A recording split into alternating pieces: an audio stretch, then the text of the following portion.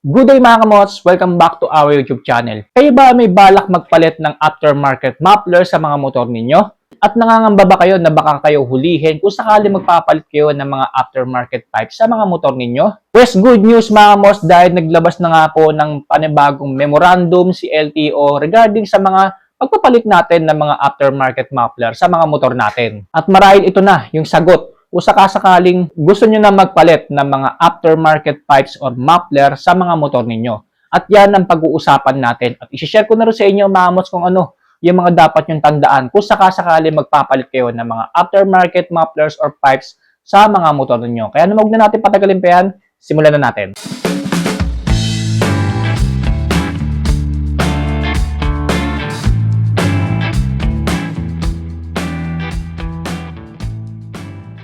Bago ang lahat mga kamots, pag-usapan muna nga natin pinakabagong memorandum na nilabas nga po ni LTO ngayong August 2026 regarding nga po sa mga pagpapalit ng mga aftermarket pipes or muffler sa mga motor natin. So kaya po naglabas ng ganitong memo si LTO dahil may mga ilang mga issues pa rin regarding sa mga maling paghuhuli nga po ng mga aftermarket pipes kahit na hindi naman ito masyadong may ingay sa kalsada. At yan na nga po ay tinugunan ni LTO nang nilabas nila yung pinakabagong memo na Memorandum Number MBL 2026-188. Ang pinakapangunahing subject po nito, mamos, is yung clarification on the enforcement of regulation on aftermarket mufflers. Ibig sabihin, to clarify or para matapos na yung usapin regarding sa maling paghuli ng mga iilang enforcers regarding sa mga aftermarket mufflers or pipes na nakakabit sa mga motor natin. Ito po ay dated last August 11, 2026 lamang po mga mods at inirelease na po sa mga LTO nationwide. Shinare na rin ni LTO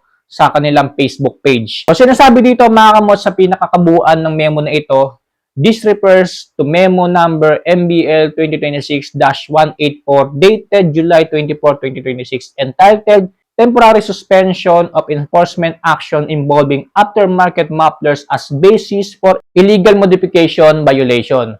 So, ibig sabihin, meron na pala naunang memo na inilabas si LTO regarding sa pagsususpinde ng paghuli, yung mga maling paghuli ng mga iilang enforcers regarding sa mga aftermarket mufflers na nakakabit sa mga motor natin. Ito na yung pinakasagot mga kamos, yung pinaka-final memo na nilabas ni LTO regarding sa aftermarket mufflers. Yung itong memo na to na MBL 2026-188 na dated August 11, 2026.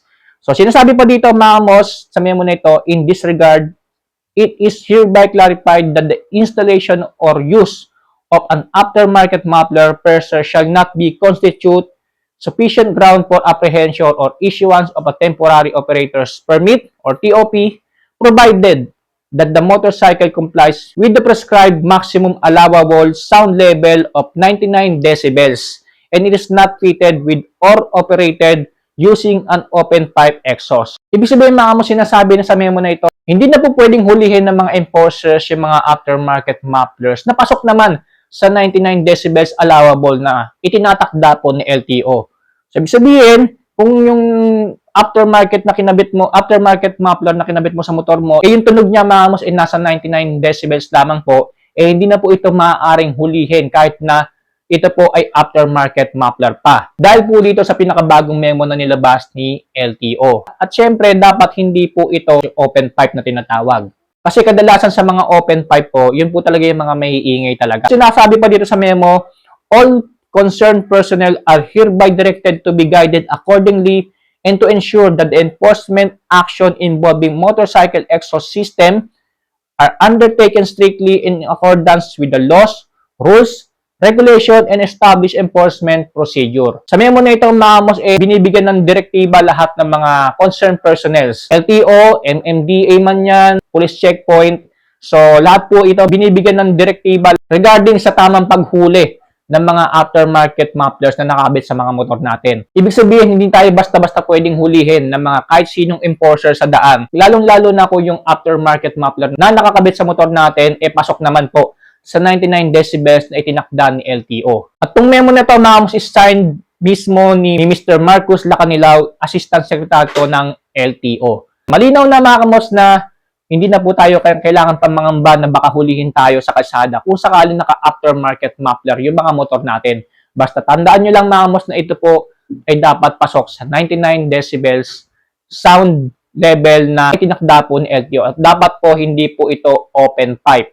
So narito naman mga mos yung ilang mga dapat natin tandaan kung sakasakaling gusto natin magpalit ng aftermarket pipe or muffler sa mga motor natin. Una, pumili po ng aftermarket pipe or muffler na pasok sa 99 decibels. So gaya nga sinabi ko sa inyo kanina mga mods, hindi po tayo hulihin for as long as pasok po sa 99 decibel sound level yung aftermarket pipe na bibili natin or ikakabit natin sa motor natin. So, hindi na ako magbabanggit ng mga brand pa ng mga aftermarket muffler or pipe. Basta piliin nyo na lang mga mods, as much as possible, ipasukat nyo sa bibilan ninyo ng mga aftermarket pipe kung pasok po ba ito sa 99 decibels para lang makasigurado tayo na hindi po tayo mahuhuli sa daan. Pangalawang dapat natin tandaan mga mods, make sure na maganda ang quality ng aftermarket pipe or muffler na bibili natin at ikakabit natin sa motor natin. Ibig sabihin, yung hindi tayo magsisisi kung sakaling bumili tayo at kinabit natin to sa motor natin. Kasi may mga ilang mga motorcycle owner kasi na kapag nagpalit ng aftermarket pipe or muffler, so hindi nagustuhan yung quality, sayang lang yung pera na pinambili natin. So make sure lang na mga kamos na kapag bibili tayo ng aftermarket pipe at ikakabit natin sa motor natin, yun talagang gustong-gusto natin at yung maganda yung quality po. So third na dapat natin tandaan, siguraduhin na hindi maapektuhan ng overall performance ng motor natin kapag nagpalit tayo ng aftermarket pipe or muffler. May mga ilang motorcycle brands kasi mga kamos na maselan pagdating sa pagpapalit ng aftermarket pipe or muffler. Ibig ko sabihin kapag nagpalit ka ng aftermarket pipe or muffler sa motor na yon, magbabago yung performance niya. Ibig sabihin meron ka pang dapat pang ayusin tulad ng AFR o yung air fuel ratio.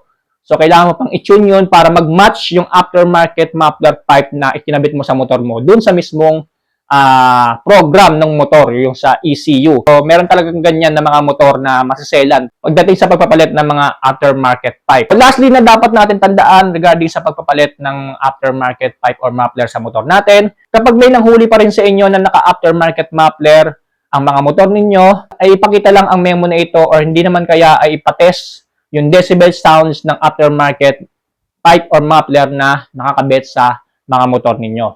So, ganun lang na, mas ganun lang kasimple kung sakasakaling may huhuli pa rin sa atin, para sa atin na nakita naka-aftermarket pipe or muffler yung motor natin.